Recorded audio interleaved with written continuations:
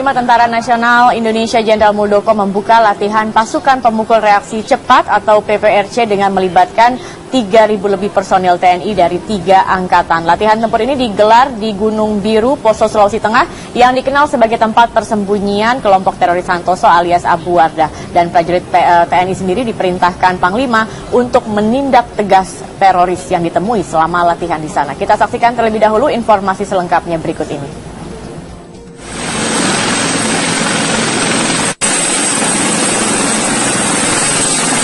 Kawasan hutan di Poso, Sulawesi Tengah ini mendadak riuh dengan dentuman dan desingan amunisi yang dilepaskan oleh para prajurit TNI. Mereka tengah menggelar latihan gabungan yang diikuti oleh 3 matra, darat, laut, dan udara. Kawasan Poso dan Palu dianggap cocok untuk melatih kecepatan dan kewaspadaan prajurit. Menteri Koordinator Politik dan Keamanan Tejo Edi membantah jika latihan ini sekaligus menjadi operasi militer penangkapan kelompok teroris Santoso. Sebagaimana diketahui, wilayah Poso merupakan wilayah pusat pelatihan jaringan teroris kelompok Santoso. Tidak semata-mata itu, terlalu kecil untuk memburu Santoso itu. Ya, kita menggunakan pasukan semakin besar, tidak. Hanya kita ingin melatih para prajurit untuk selalu siap atau siaga operasi untuk melaksanakan latihan-latihan secara rutin. Latihan kali ini terhitung cukup besar, skenarionya adalah menghujani Gunung Biru yang disinyalir menjadi markas teroris dengan roket. Serangan dilakukan secara bergelombang oleh pasukan pemukul reaksi cepat, Angkatan Darat, Laut, dan Udara. Jadi semuanya kegiatan ini diawali oleh operasi intelijen. Ya. Operasi intelijen akan memberikan gambaran tentang situasi musuh, situasi medan operasi, dan cuaca. Dari intelijen itu, maka kita membuat perencanaan operasi sesuai dengan gelaran kekuatan seperti tadi, operasi tempur. Setelah operasi tempur selesai, ada namanya operasi teritorial. Jadi besok juga akan kita laksanakan operasi teritorial di situ. Meskipun ada sejumlah pihak yang mengecam operasi militer, namun dalam penumpasan teroris, operasi semacam ini layak dilakukan. Bagaimana sekarang menindak mereka ini? Ya terus terang, ya pendekatan persuasif itu paling bagus ya. Tapi saya mau mengatakan persuasif itu nonsen tanpa penindakan yang efektif. Persuasif itu sendiri kan kita ngomong-ngomong orangnya ada. Pertanyaannya gimana menghadirkan orang ini? Kita undang, ada teroris yang datang. Coba undang. Bukan kawinan ini. Latihan militer gabungan merupakan program rutin yang dilakukan TNI, tempatnya pun selalu berpindah-pindah. Sebelum di Poso, TNI telah menggelar latihan di berbagai wilayah di Sumatera, Jawa, serta Kalimantan. Tim Liputan Metro TV.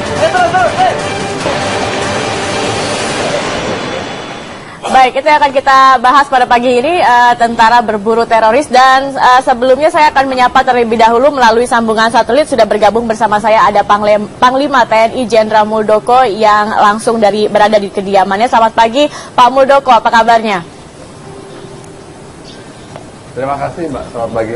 Ya, Pak, ini saya memegang ada sebuah surat di mana di sini ada ancaman yang dilakukan oleh kelompok Mujahidin Indonesia Timur. Ancaman ini kepada polisi, TNI, bahkan juga kepada Presiden Joko Widodo dengan berisi tantangan. Nah, Anda beberapa waktu lalu diancam ini, apakah latihan ini juga menjawab dari ancaman ini, Pak Muldoko? Oh enggak, bukannya spesifik kita menjawab tantangan ya. Ada sesuatu yang jauh lebih besar yang akan kita dapatkan dari latihan ini. Gitu. Apa itu Pak? TNI memiliki sebuah kekuatan pasukan reaksi cepat. Pasukan reaksi cepat ini setiap saat bisa dikerahkan dalam tempo yang secepat-cepatnya untuk menghadapi bisa 2 trouble spot sekaligus. Nah, kekuatan ini kalau tidak dilatih, kalau tidak diperkenalkan kepada wilayah-wilayah yang kemungkinan memiliki atau menjadi flashpoint, maka dia nanti akan menjadi pasukan yang tumpul. Itu jadi kepentingannya seperti itu. bagaimana kesiapan satuan PPRJ itu terpelihara dengan baik. Oke, dari berbagai wilayah, mengapa poso akhirnya yang dipilih, Pak Muldoko? Ya, PPRJ itu digunakan untuk menghadapi, sekaligus untuk menghadapi trouble spot. Nah, sementara ini kita berpendapat, hasil analisa, bahwa Poso itu seolah-olah menjadi tempat persembunyian yang nyaman bagi kelompok-kelompok radikal untuk tinggal di sana. Yang kita khawatirkan pada suatu saat nanti oknum-oknum tertentu yang sekarang ini melakukan jihad di Irak dan Suriah nanti bisa kembali dengan nyaman tinggal di Poso. Prajurit-prajurit TNI tidak mengenali wilayah itu dengan baik sebelumnya, maka kita nanti akan tidak efektif di dalam operasinya, begitu. Oke, merasa khawatir Pak, tetapi apa yang menjadi landasan ataupun juga alasan dari kekhawatiran Anda bahwa nanti warga negara dari Indonesia yang berada di Irak dan Syria ini ketika datang ke Indonesia akan menyebarkan paham radikal ISIS di Poso, Pak? Ya, indikatornya sudah jelas, ya. Indikatornya sudah jelas. Saat ini ya kan ada kelompok-kelompok kecil yang cukup radikal di Poso dan itu membuat situasi yang tidak nyaman, tidak aman bagi masyarakat Poso. Ini nggak boleh didiamkan dong. Masa kita punya wilayah kok nggak bisa diamankan? Kan repot nanti kita gitu. Oke, artinya sudah ada kekhawatiran itu, ada landasannya begitu ya Pak Muldoko ya. Dan bagaimana dengan bagaimana dengan koordinasi nanti dengan polisi? Polisi sendiri kan saat ini juga sebenarnya sudah berada di sana, juga antisipasi juga untuk hal seperti ini, juga mengadakan operasi camar juga di sana. Seperti apa ini Pak? Oh sudah. Kita sudah koordinasi dengan baik kepada pihak kepolisian. Ya. Ada kurun waktu ya, kepolisian melakukan operasi tahap pertama, ada tanggalnya sampai dengan tanggal 23 kemarin. Setelah itu kita masuk dan semua atas koordinasi dengan baik dengan pihak kepolisian, bukan kita melakukan hal-hal yang bukan karena menganggap polisi tidak mampu Pak untuk memberantas terorisme. Jangan buat kesimpulan seperti itu ya, jangan. Yang kita pikirkan adalah bagaimana sebuah situasi itu secara sinergik bisa diatasi, bukan menyalahkan atau apalagi membangun ekosektor, nggak boleh. Ini sebuah negara yang harus diatasi bersama. Oke, artinya akan ada koordinasi antara nanti TNI dan juga polisi dalam perburuan teroris ini. Koordinasinya ini sendiri akan seperti apa Pak Muldoko? Jadi pada tahap rekan-rekan dari kepolisian melakukan operasi, ya, kita berikan sejumlah personil-personil intelijen dari TNI dan BIN, kita BKU-kan kepada kepolisian. Setelah kepolisian selesai, kita melaksanakan latihan di sana, ya, dengan tujuan yang pertama untuk agar prajurit-prajurit saya bisa mengenali dengan baik wilayah itu. Yang kedua, sebagai deterrent, ya, sebagai deterrent, kita berikan pesan bahwa tidak ada satupun tempat di Indonesia ini yang bisa digunakan oleh ISIS nanti dengan nyaman. Itu pesan saya sangat tegas. Oke. Berikutnya, yang ketiga, kita melaksanakan operasi itu, melaksanakan latihan itu juga dalam rangka membantu kepolisian nantinya gitu. Nah, setelah itu, kalau nanti tahap berikutnya, tahap kedua polisi akan melakukan operasi, ya, kita siap membantu gitu. Kalau kita siap membantu berarti kan kita sudah memahami situasi itu dengan baik, kan lebih baik, kan begitu kira-kira. Oke, Pak, selain itu juga Bapak pernah mengatakan bahwa Anda perintahkan kepada pasukan Anda untuk menindak tegas jika memang nanti ketika dalam latihan ini bertemu dengan teroris. Bentuk tindakan tegas ini seperti apa Pak? Apakah akan langsung tembak di tempat atau akan menyerahkan ini ke polisi atau seperti apa ini bentuk tindak tegas yang Anda maksudkan? Ya kita kan bermain di hutan, ya kita bermain di hutan. Tentara itu udah biasa mengapresiasi situasi. Begitu situasi membahayakan, sikat saja. Kenapa ragu-ragu kan begitu? Sepanjang dia membahayakan jiwa prajurit, dia membawa senjata, dia dikenali bahwa dia bagian dari kelompok yang dicari oleh polisi. Karena kita udah punya foto-fotonya. Kalau dia bersenjata melawan, habisi aja. Kenapa ragu-ragu kan begitu aja. Oke, baik Pak Muldoko, ini di Poso sendiri masyarakat sudah antipati dengan polisi. Sebenarnya dengan keberadaan TNI ini diharapkan juga bisa menjawab dari situasi seperti ini. Bahkan warga di sana ketika polisi misalnya melakukan perburuan terhadap teroris, ini bahkan warga melawan polisi. Nah, bagaimana jika Anda nanti menghadapi situasi seperti ini pasukan Anda? Apa yang akan dilakukan, Pak? Jadi begini loh, formulasi latihan itu bukan hanya tentara itu datang ke satu tempat, latihan, terus image-nya merusak lingkungan, merusak norma-norma sosial, bukan. Salah itu.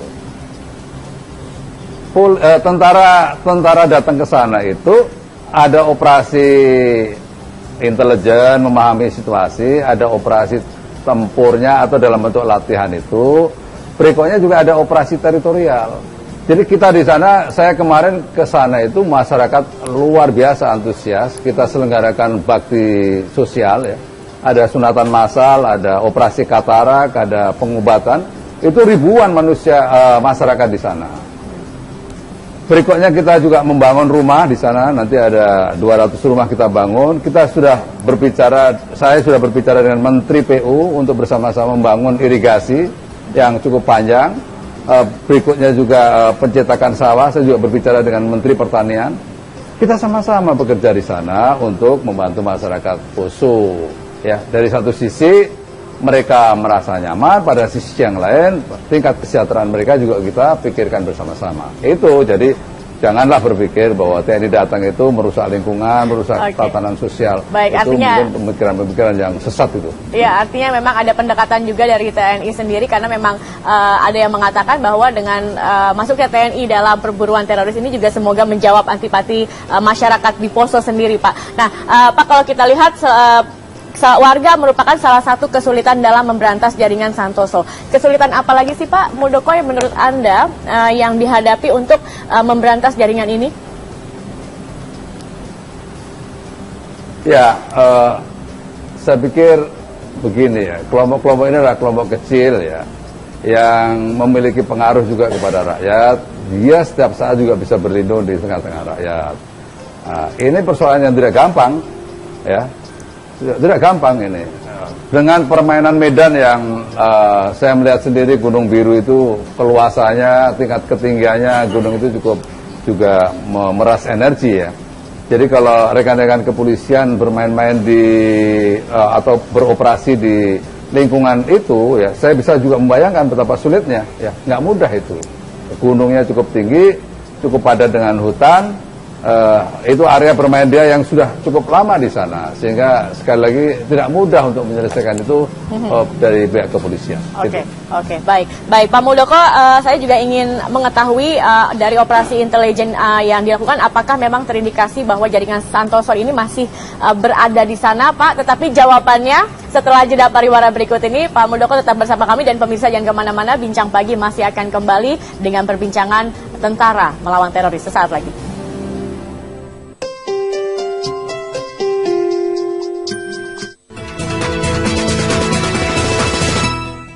Like Facebook kami ya. Terima kasih.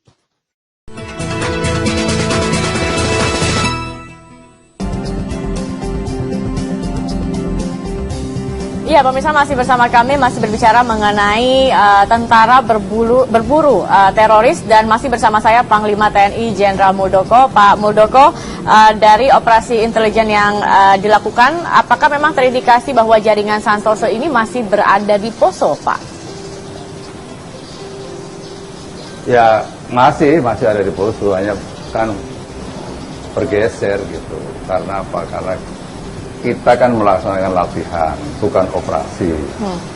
Kalau latihan itu pasti kita ada sosialisasi, ada mengamankan wilayah daerah latihan, karena kita akan menggunakan munisi tajam, sehingga informasi-informasi seperti ini pasti dia ketahui dengan baik. Untuk itu sementara ini mungkin dia bergeser, gitu. Ya. Sehingga saya yakin pasti dia meninggalkan tempat itu. Oke, Bapak, ini kan untuk berburu teroris Anda juga menyiapkan 1 batalion tim PPRC ini dan juga sudah disetujui oleh Presiden Jokowi. Lalu nanti seperti apa mekanismenya, seperti operasionalnya, lalu juga apakah ini sudah final atau masih akan dikaji lagi, Pak? Oh, begini, kita siapkan satuan ini setelah latihan nanti. Kalau rekan-rekan dari kepolisian meminta satuan saya untuk di BKO-kan, kita siapkan. Jadi semuanya pada posisi standby, kalau diperlukan kita siapkan. Berikutnya operasi teritorial sekarang juga sedang berjalan terus, karena nanti ada berjalan selama kurang lebih 6 bulan. Ada beberapa yang harus dibenahi di sana. Kita membantu pemerintah daerah untuk meningkatkan kesejahteraan masyarakat di sana. Oke. Lalu kemudian ini juga ada khawatiran yang disampaikan, Pak, jika meskipun ini dikatakan adalah latihan seperti itu ya Pak, latihan perang, lalu ada kekhawatiran bahwa jangan-jangan ini bisa menjadi daerah operasi militer atau menjadi operasi militer juga di sana. Menjawab kekhawatiran ini apa, Pak? Seperti apa? Oh, enggak. Begini. Penentuan daerah operasi militer itu adalah sebuah keputusan politik. Itu di luar domainnya Panglima TNI. Kalau pemerintah sudah memutuskan itu daerah operasi militer, baru itu Panglima TNI akan bekerja. Bukan Panglima TNI menentukan daerah operasi militer, nggak boleh seperti itu. Ya. Artinya tidak perlu ada kekhawatiran ataupun juga keraguan bahwa apa yang dilakukan saat ini akan berubah ya Pak ya? Tetap pada hanya latihan perang saja. Iya, ini kan kita tentara nasional Indonesia kita ini, bukan tentara nasional asing begitu. Jadi nggak usah khawatir.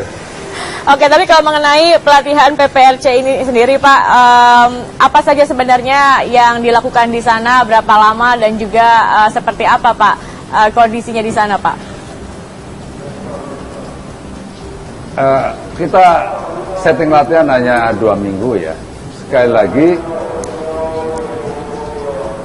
tujuan utama dari latihan ini adalah yang pertama melatih kesiapsiagaan pasukan.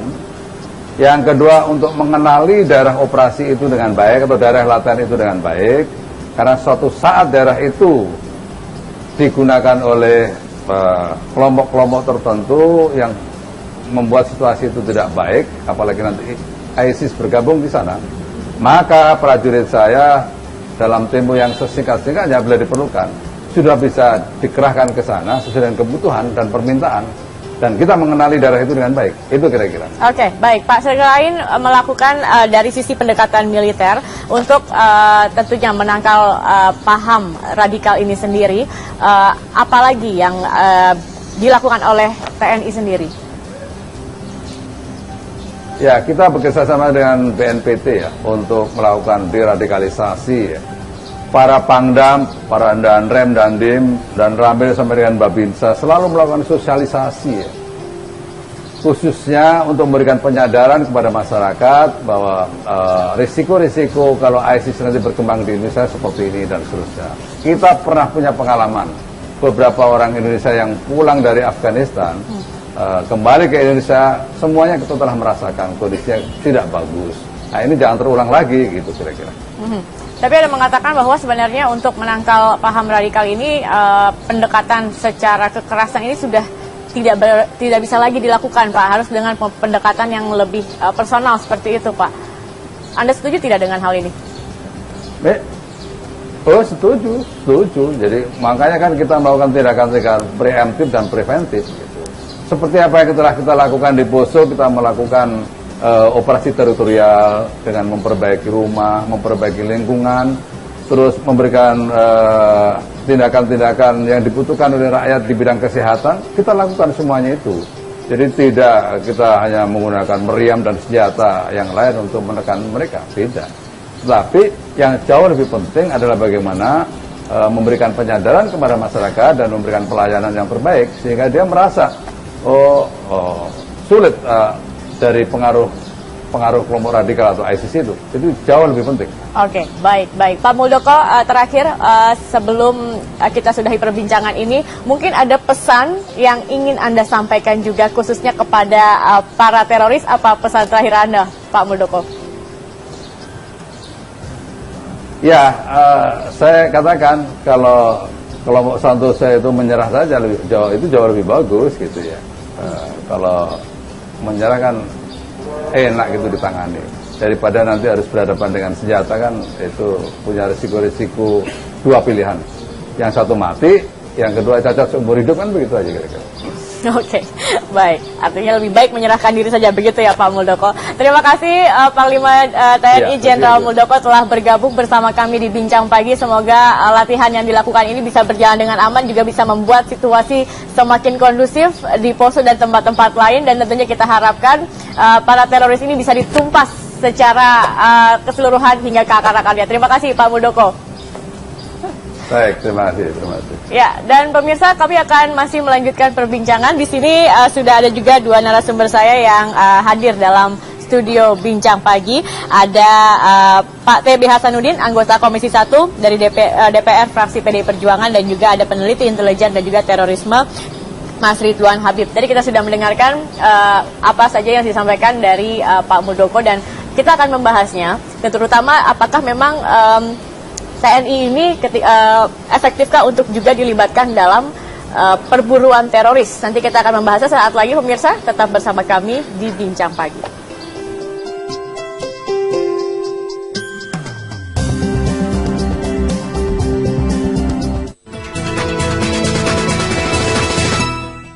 Like Facebook kami ya. Terima kasih.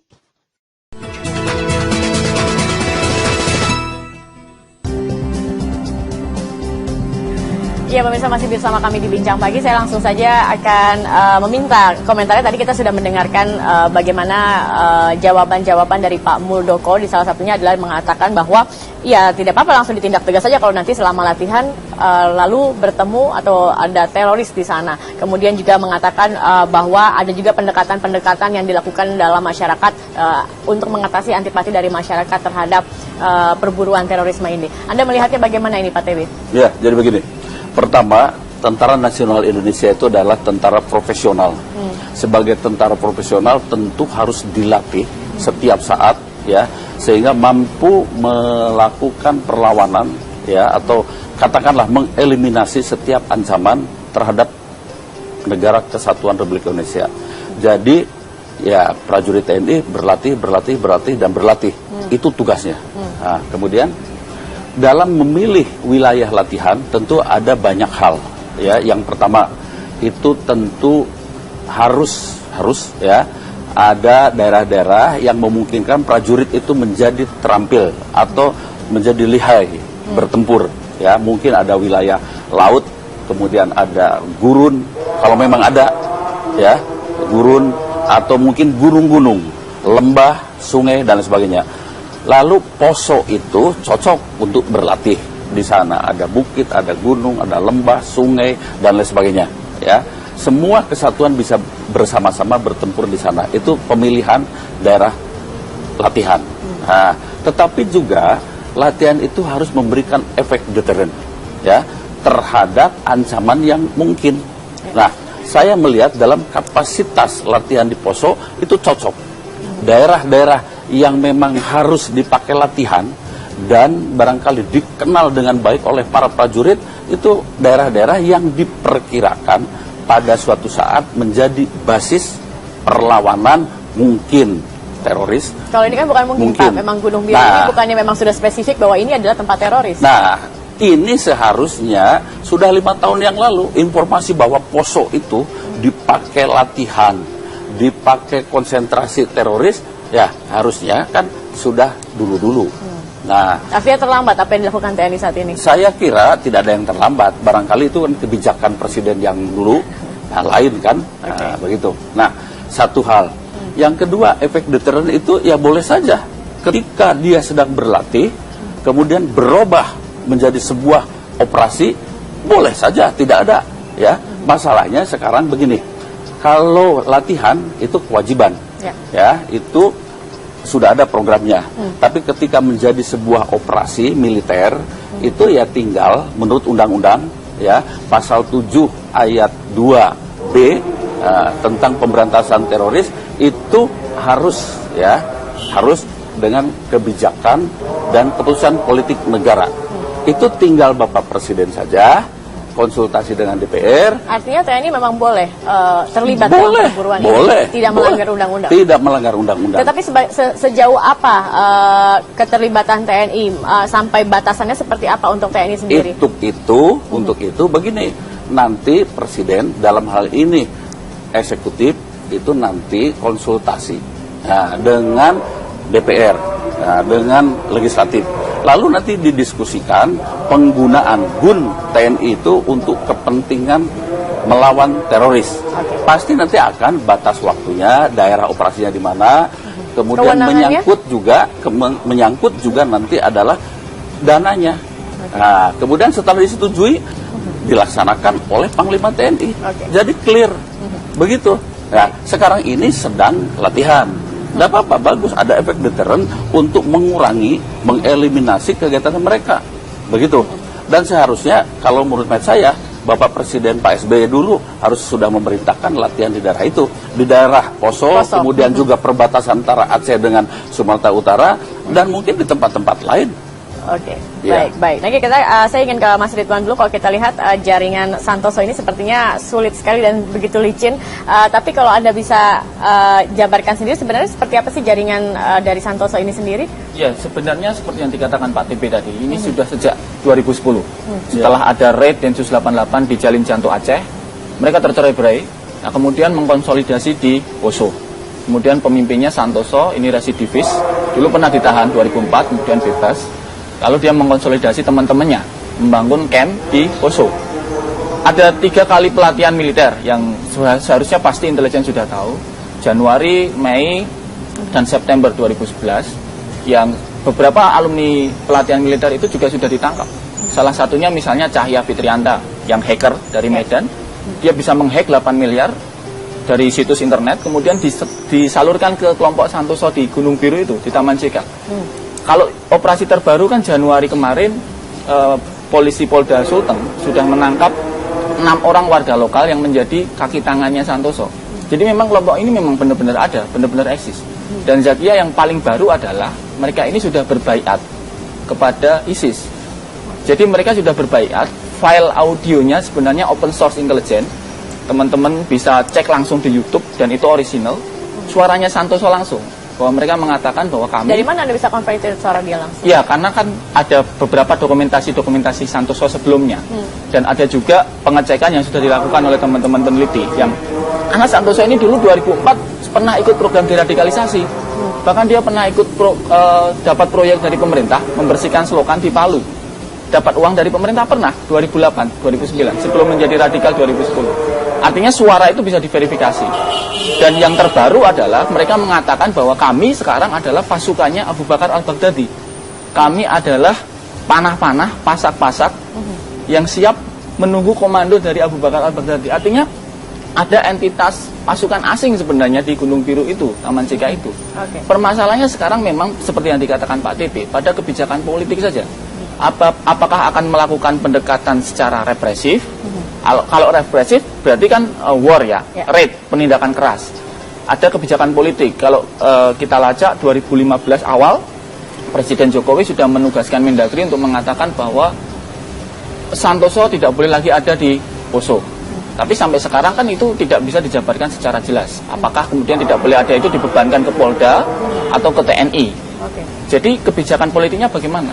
Mau ditindak atau tidak? Gitu. Saya berbicara soal kebijakan politik ya.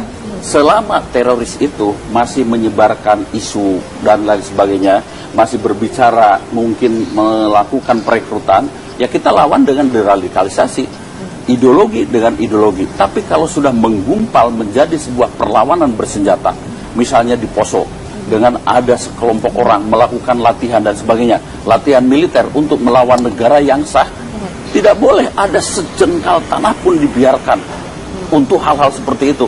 Ya harus dilawan dengan kekuatan bersenjata juga, jangan takut negara.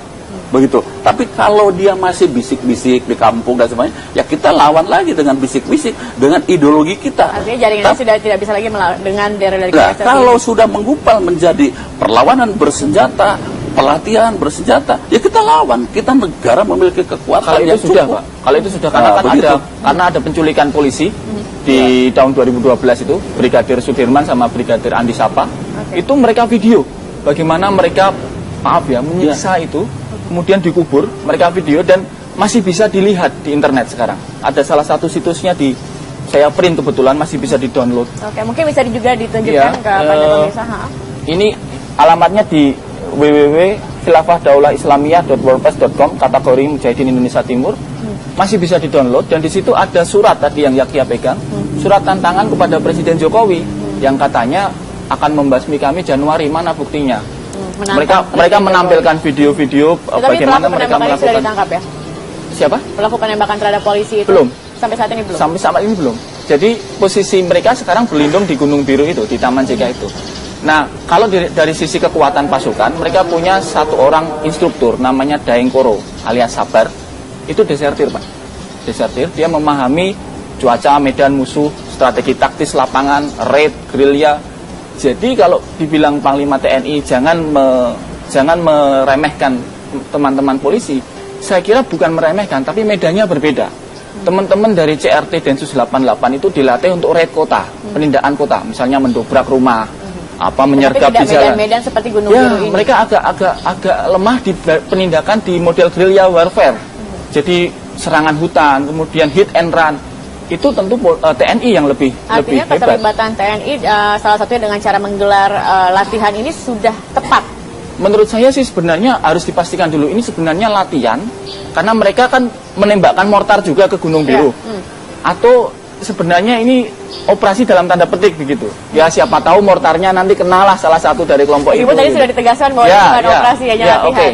Tapi sebenarnya mending ditegaskan saja, Pak DP kan sudah welcome ya dari DPR. Ditegaskan saja, kami misalnya akan membantu Polri sebagai penjuru di depan, kami di belakang, karena ini raidnya di hutan, ya yang diturunkan TNI gitu, yang lebih mempunyai kemampuan profesional di situ. Baik, nanti kita lanjutkan kembali Pak TB dan juga Mas Ridwan, tetapi kami harus jeda dulu sejenak pemirsa, setelah jeda berikut ini Bincang Pagi masih akan kembali, tetap bersama kami.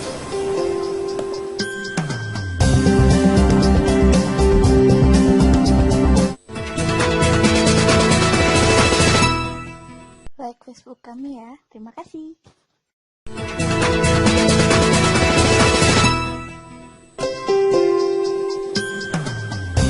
Ya baik pemirsa, kita sudah sampai di segmen terakhir dalam perbincangan yang pertama di Bincang Pagi dan kita akan langsung lagi membahas lagi Pak Temi, kalau kita lihat memberantas terorisme memang tidak semudah itu dan keberadaan TNI sendiri untuk ikut berburu teroris meskipun masih dalam kapasitas saat ini adalah latihan, tetapi ini memang sesuatu yang dibutuhkan. Tetapi bagaimana nantinya kalau kita lihat koordinasi antara TNI dan polisi sendiri, apakah memang tadi dikatakan sebenarnya polisi ini bukan medannya, tidak menjawab tidak kemampuan polisi juga kah? Ya, jadi begini, menurut saya kalau soal koordinasi bisa dilaksanakan mulai dari level Panglima TNI dengan Kapolri sampai ke bawah itu bisa dilakukan dengan baik ya. Tetapi kembali lagi ya, bahwa TNI dengan judul seperti itu berburu teroris atau memburu teroris dan sebagainya, itu dasar hukumnya tuh sudah ada dalam undang-undang TNI ya. Tinggal harus ada kebijakan dan keputusan politik negara. Dalam ini tinggal itikat dari kepala negara berbicara, diskusi, lalu dipaparkan seperti apa dan sebagainya. Lalu dilaksanakan nanti oleh Panglima TNI ya. Sekali lagi, saya barangkali bukan orang atau dengan teman-teman kelompok yang suka dengan kekerasan. Artinya selama masih bisa dilakukan upaya-upaya deradikalisasi, diajak, dihimbau, lalu disampaikan bahwa ini bukan perbuatan yang baik, bahwa jihad itu bukan seperti ini. Oke, kalau itu didengar, welcome. Mereka itu bagian dari rakyat Indonesia. Tapi kalau sudah lari ke hutan, melakukan pelatihan, membawa senjata dan lain sebagainya, ya, lalu melakukan upaya-upaya perlawanan terhadap negara kesatuan Indonesia, kita juga kan punya Tentara Nasional Indonesia yang terlatih. Tugasnya memang untuk itu, ya dimanfaatkan. Nah, tapi tentu nanti barangkali kan di wilayah itu bukan teroris semua, ada rakyat, lalu ada perhatian hak-hak sipil, hak asasi manusianya dan lain sebagainya. Ya, saya kira tentara Indonesia sekarang lebih terlatih, begitu. Nah, lakukan itu ya secara profesional dan melalui latihan-latihan itu. Ya, sekali lagi dasar hukumnya itu sudah ada dan ini sesungguhnya tidak berlarut-larut, jangan sampai berlarut-larut. Masa kita dikecohkan oleh kelompok Santoso yang hanya mungkin belasan orang, ya. Nah, ini poin yang paling utama menurut hemat saya. Sekali lagi, mari kita kembalikan kesadaran nasional itu, ya, dalam rangka menggalang negara kesatuan Indonesia. Itu, jadi ideologi kita jelas Pancasila, bukan ideologi yang lain. Itu. Baik. Mas Ridwan sendiri kalau kita lihat sepertinya memang sulit sekali ya untuk memberantas terorisme ini sendiri. Kalau Anda lihat apa saja kekurangan-kekurangan mungkin dalam operasi kita, mungkin operasi intelijen, lalu juga bagaimana cara perburuan terhadap teroris, apa menjadi kekurangan yang seharusnya ini bisa diperbaiki atau bisa juga ditingkatkan kembali untuk terkait teknis intelijen. Sebenarnya di Poso itu sudah masing-masing lembaga intelijen itu melakukan operasi di sana. BAIS operasi, Intelkam operasi, Densus 88 intelijen kita operasi. artinya sudah cukup ya, baik. Intelijen di sana sudah operasi. Cuman permasalahannya tidak ada fusi informasi sehingga masing-masing mempunyai data dan dipakai sendiri-sendiri.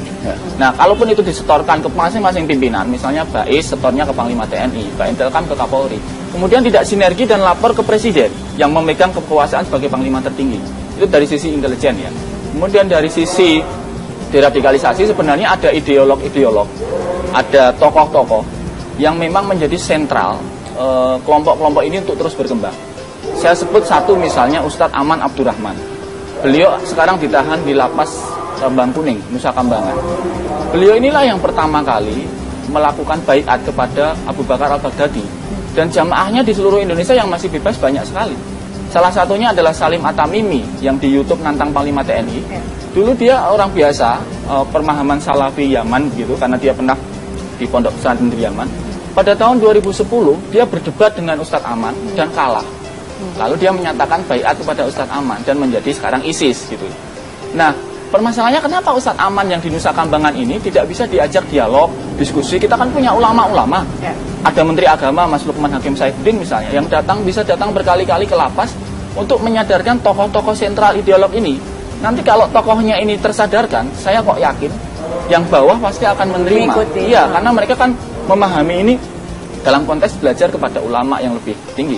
Tapi mungkin yang perlu digarisbawahi terkait Santoso, sebenarnya mereka menunggu-nunggu operasi TNI itu. Di publikasi-publikasi media mereka, di milis-milis internal mereka, itu mereka menunggu-nunggu kapan TNI akan datang. Ingat tahun 2012, 1000 pasukan dari Kodam setempat itu mengepung situ, dan mereka melawan. Mereka membuat ranjau-ranjau, dan akhirnya 2 bulan Pak ditarik. Nah, artinya dari sisi kemampuan pasukan, Santoso ini walaupun mungkin kecil, mungkin sekitar 100 orang, mereka mempunyai keahlian hit and run, guerrilla warfare, dan ini kembali lagi ke kebijakan politik. Apakah Presiden Jokowi mengambil pendekatan dialogis, artinya tunjuklah 1 atau 2 mediator yang bilang secara terbuka ke mereka, ayo kita dialog terbuka, ideologimu bagaimana, kita diskusikan. Sampai salah satu pihak kemudian mereka bisa disadarkan. Atau kemudian pendekatan keras diumumkan, 1 minggu Santoso tidak turun dari Gunung Biru, Panglima TNI kami kirimkan gitu. Nah, kalau begitu mereka pasti akan kemudian berpikir kan, kami akan perang atau turun begitu. Dari sisi kesiapan mereka siap sekali kok. Jangan dibiarkan ngambang. Mereka mencari mati loh ya jangan salah. Kalau TNI kan kalau TNI kan beroperasi karena dia dibayar, digaji gitu. Kalau mujahidin dalam tanda petik kelompok Santoso ini, mereka mencari mati, mencari syahadah namanya, mencari syahid, itu ideologi mereka. Artinya mereka nggak takut kalau Panglima bilang ketemu tembak aja, sikat aja. Ya mereka memang untuk itu. Mereka memang bertahan di sana. Baik Mas Ridwan, terima kasih Pak Tebe, terima kasih. Kita akan lihat seperti apa. Ini memang hanya seperti latihan operasi, tapi kita harapkan juga pemberantasan terorisme di Indonesia. Ada efek deterren. Ya, dan juga bersungguh-sungguh kalau memang diperlukan TNI diturunkan untuk berperang. Tinggal Bapak Presiden nanti diskusi dengan DPR. Baik, terima kasih Pak Tebe Hasanuddin dan juga Mas Ridwan Habib atas